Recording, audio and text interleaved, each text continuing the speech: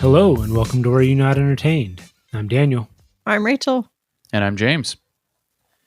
And we are continuing spooky season with another spooky movie. We'll call it spooky. It's got Spooky-esque. it's got a horror classification. It's a horror comedy, kind of. It's about ghosts. It's frightening. It's ghostly. Oh, frightening. Nice. Yes, Well done. it is, yes. So the 1996, The Frighteners. Yes, with the wonderful Michael J. Fox. Yeah, his last major on-screen role. Yeah. I did not know that. There was some sadness watching it because I could kind of tell that he wasn't at his full Yeah. at that point. But Yeah. I mean, while that's true, I still think he did a great job. oh yeah, I think he did a wonderful job. I think that this is one of those movies that's maybe lesser known and is loved by the people that know it. And for the people that don't know it, maybe is a little underwhelming at this point. Just because It's a weird one. Yeah. It is. It's particularly goofy and like kind of weird and unsettling at the same time. Yeah, so we were talking about that this movie has a lot of elements that you would see in a Tim Burton film. Oh, wow. Yeah, I didn't even think about that. It's got the ghosts and the sort of weird aesthetics, like the houses and his yellow Volvo, things like that are pretty reminiscent. They're not quite strong enough. But then it's also got a soundtrack by Danny Elfman. Yes. It is Robert Zemeckis' production, and it's directed by Peter Jackson. Yes. Yeah. Mm-hmm. So it's another director that's really great with these like spooky offbeat kind of themes. But for me, it had a lot of similarities because we had just watched Beetlejuice recently. Yep. And it has a very similar soundtrack and kind of a little bit of a feeling the way that he's driving through the town and some elements like that. Yeah, and by the way, his character, Frank Bannister, that dude needs to have his license taken away. Yeah. He cannot he's just cannot drive. Bad at it. Yeah. He murders that lawn gnome in cold blood. Well, yeah, that's intentional, but Did like do that, yeah. he was just driving like a moron the whole time. Like I mean, I suppose he had places to be, but Jesus. Yeah. It was a certain special kind of driving that I don't think deserves the the ability to drive. Right. License revoked. Boom. Now, watching this as a grown adult and kind of comparing it to when I saw it when I was younger, it is far less frightening than I remember. I remember as a kid, I thought it was quite creepy. Uh-huh. Yeah. And it's way more goofy. Especially like the FBI agent. Yeah.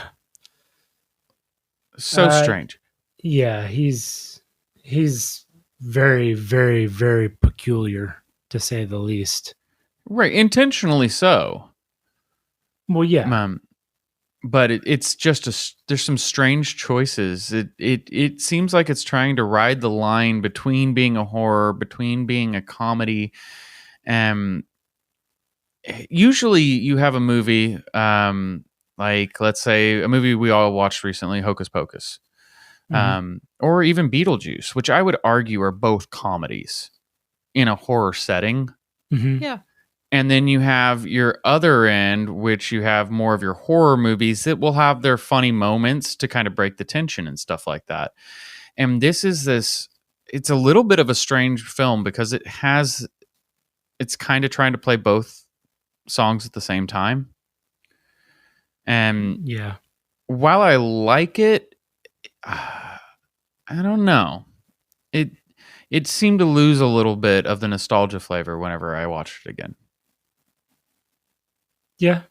And maybe it's maybe it's just been you haven't watched it in a while, and you Maybe I'm just old obviously and grumpy. remember. Well, maybe that.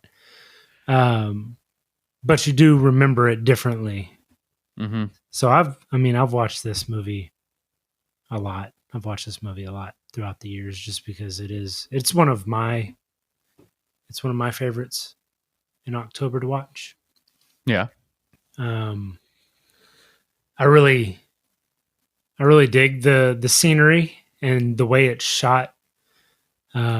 It's actually written by Peter Jackson and his wife, uh, which Fran Walsh is his wife. I don't, maybe it's a professional thing why they don't share the same name or whatever. But um, she also worked on the Lord of the Rings and all of that with him as far as the writing and stuff goes as well.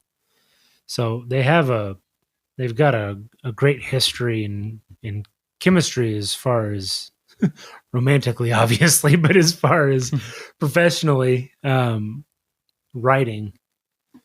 And it's just, I don't know, it's unique to me. I can't think of another thing that's quite like this movie, honestly.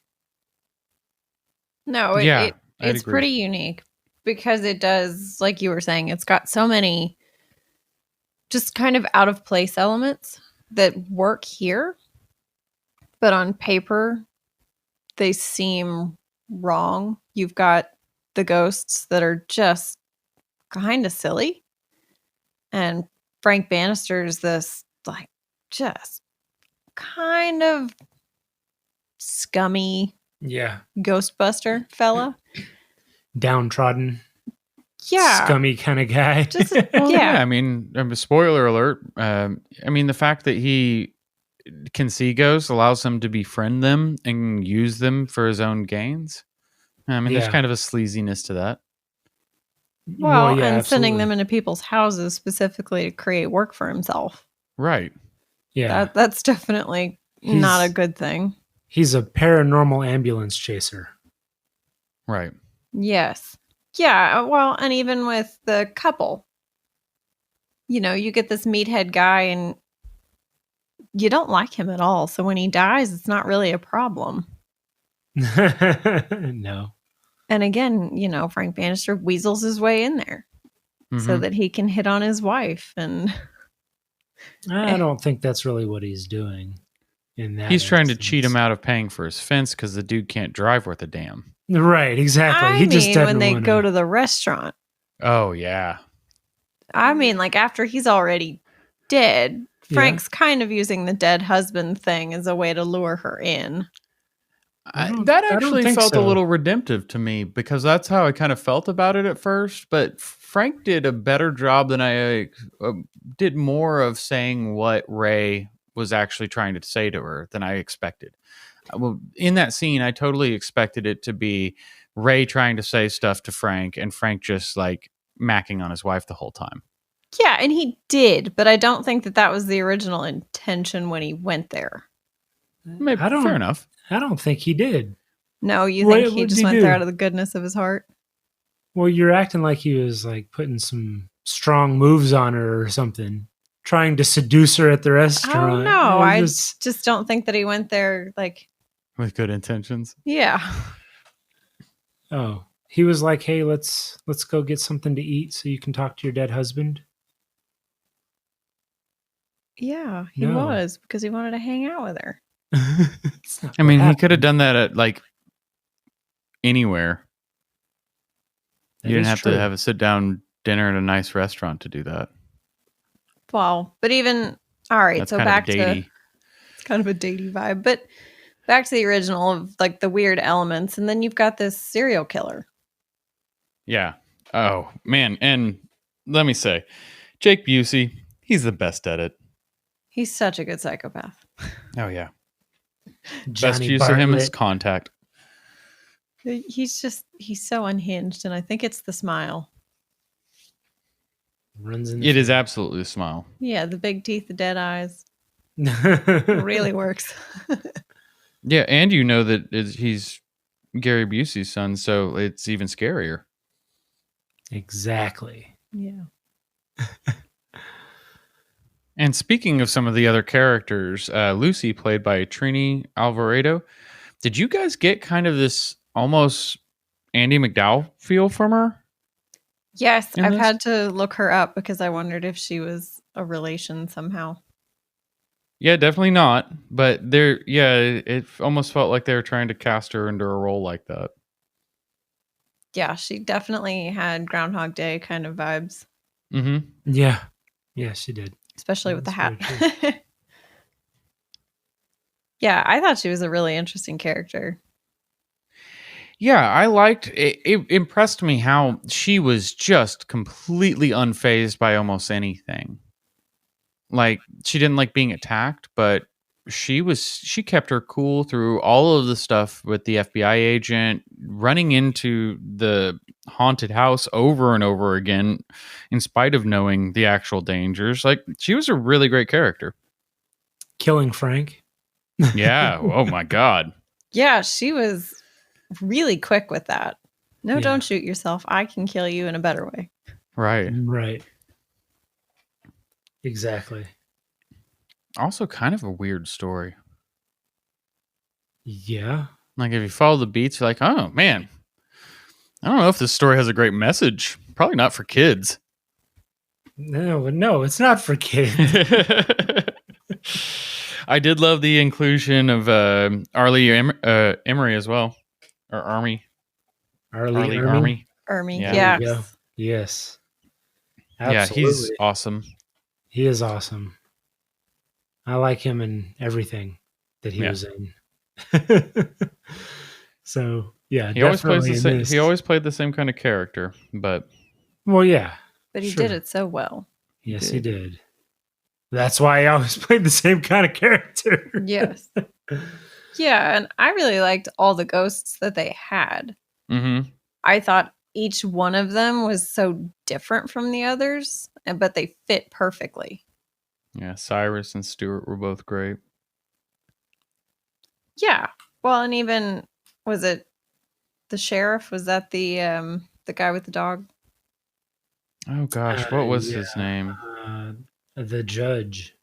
Oh, the judge. Oh yeah, the judge. Yeah, John Aston. Oh, yes. Yeah. He was just fantastic. Yeah. He was great. The Such ghosts? a cool ghost. Yeah, They were all cool. The ghosts were great. Yeah. I'm gonna go Jesse on your ass. Form of March. It was it was great to have them, because without them, honestly, it's not much of a comedy. Yeah, I think with the removal of them, that would change the tone of the movie dramatically. Yeah, I think so. They have kind of a slapstick element to them at some points. There's a lot of physical comedy playing with the Yeah. fact they're ghosts. Yeah, Exactly. definitely. Yes.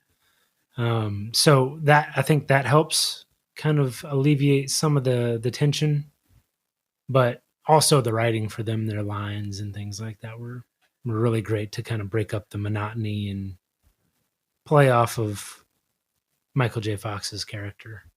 Yeah. Well, I think without them, even though they are sort of the sillier part of the movie, I think without them, the rest of the humor that they had thrown in there would seem even goofier.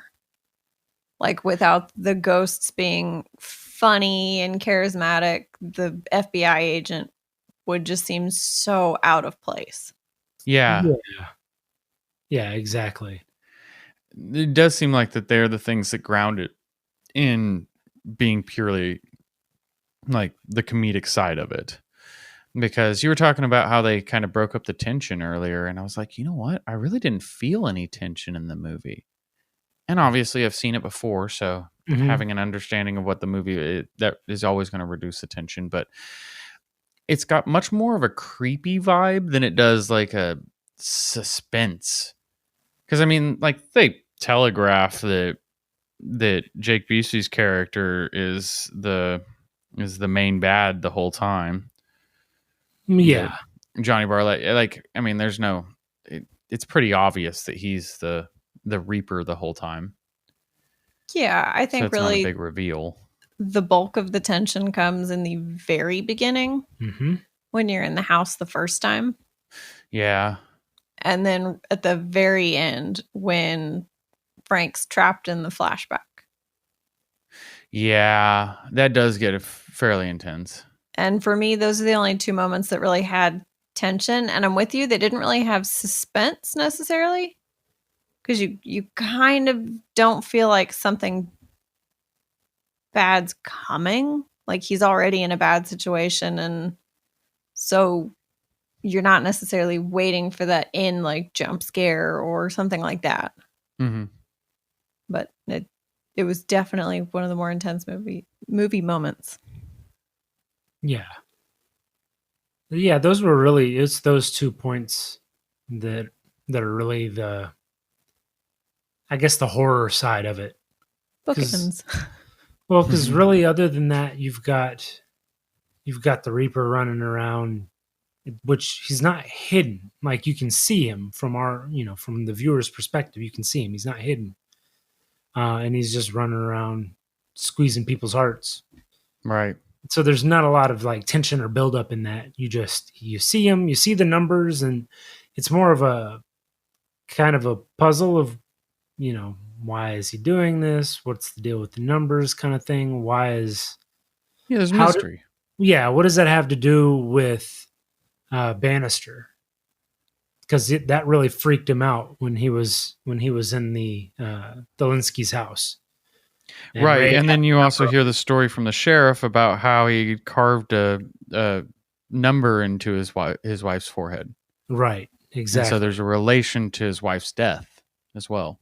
Yeah, exactly. But you don't really know that at the time, Right. originally. So it's kind of, what's going on there. And then, well, obviously he's not running around carving numbers in people's foreheads that only he can see.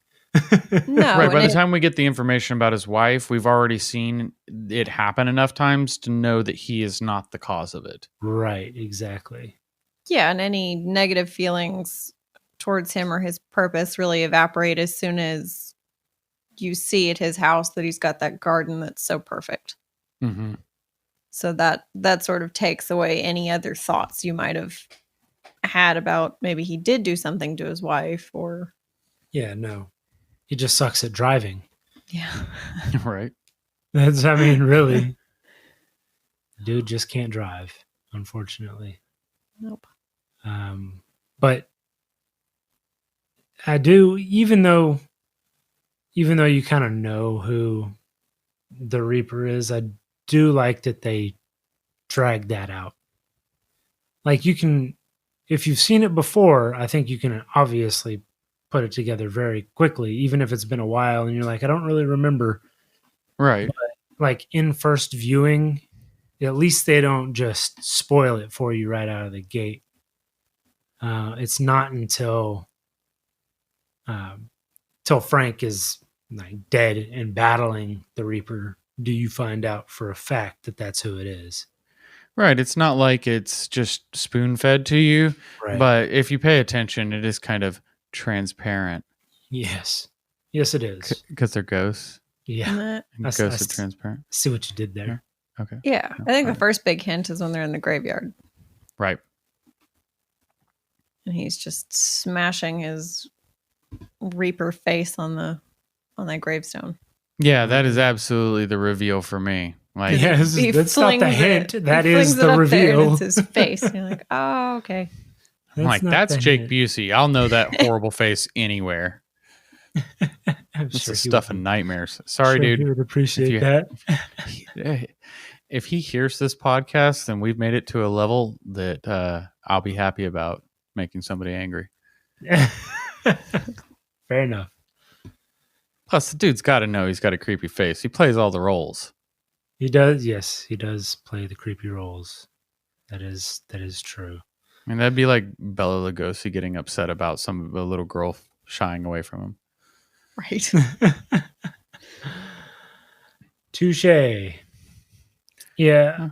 I have to admit I was curious one of the things that's always kind of weird to me in this is that like anything can happen to the ghosts unless it's a ghost that's doing it to them, which Yeah. is interesting to me. It's a weird mythos. Yeah. Like Only even the ghosts can kill judge. other ghosts. Right, yeah, exactly. So even the judge, when he was shooting at the dog trying to get his jawbone back, he wings Stewart, Mm-hmm.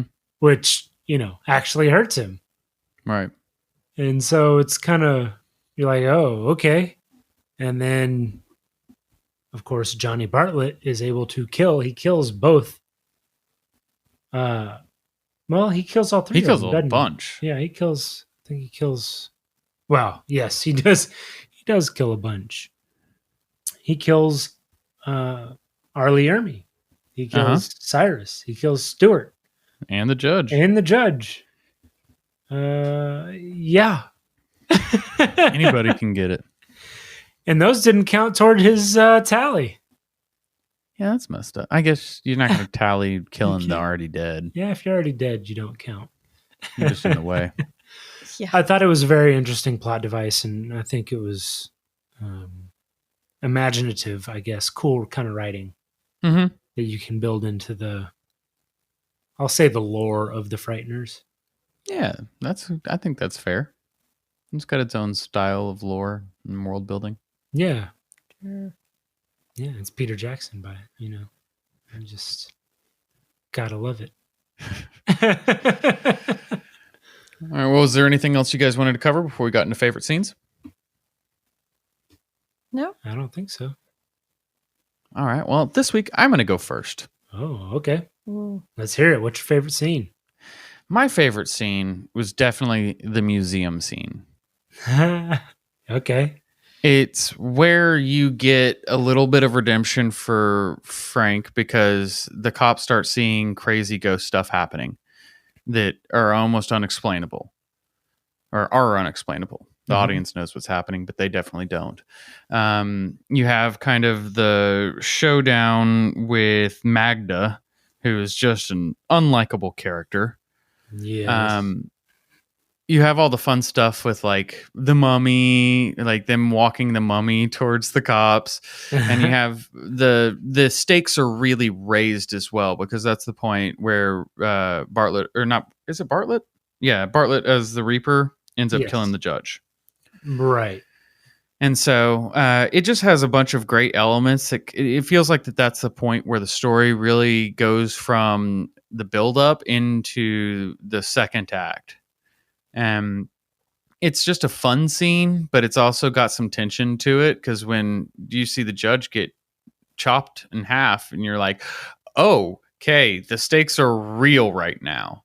Not only can this thing kill humans almost at a whim anywhere and doesn't seem hesitant to do it in front of other people, but on top of that, it can just straight up murder ghosts.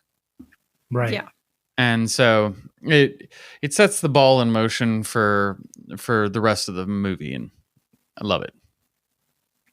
It's definitely a good one. No, that's definitely a good choice. What about you, Daniel?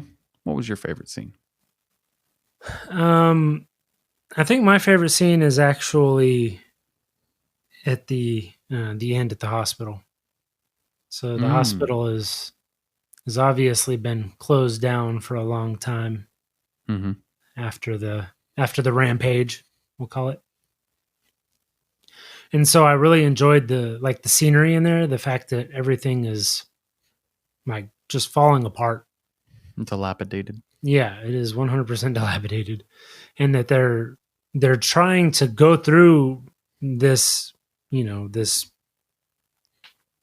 shambles of a place in order to get to consecrated ground, Right. which is a little poetic in it being that it's where Bartlett started his killing spree and where they're trying to end it as well.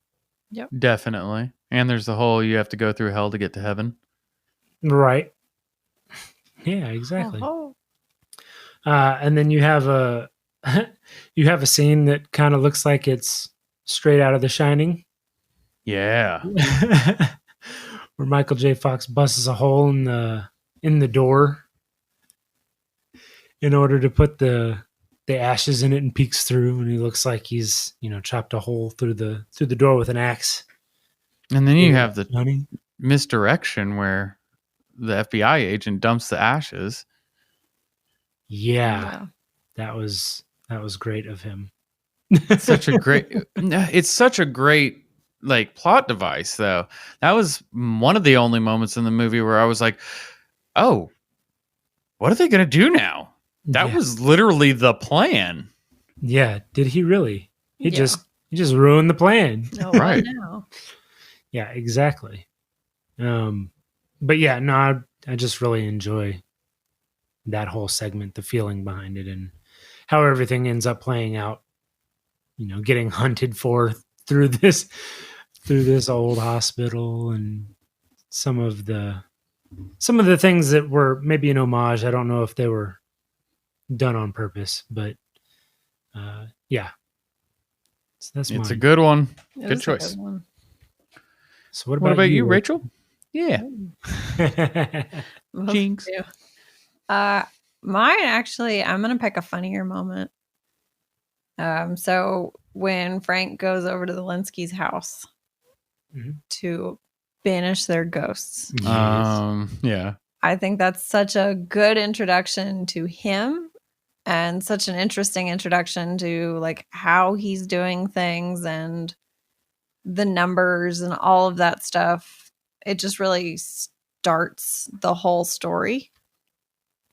Yeah, it really does. You've only kind of got bits and pieces of it until you get to that point. Yeah, it's like your big kickoff. And so he goes in and you think their house is haunted and he's just here to get rid of the ghosts. And then, after he saves the day and doesn't have to pay for their fence, and he gets home and, it's his ghosts that he sent over there, and he's mad at them because you made me look like an asshole. And it was just, that's a really cool moment. And you find out about the numbers and all that stuff. And yeah.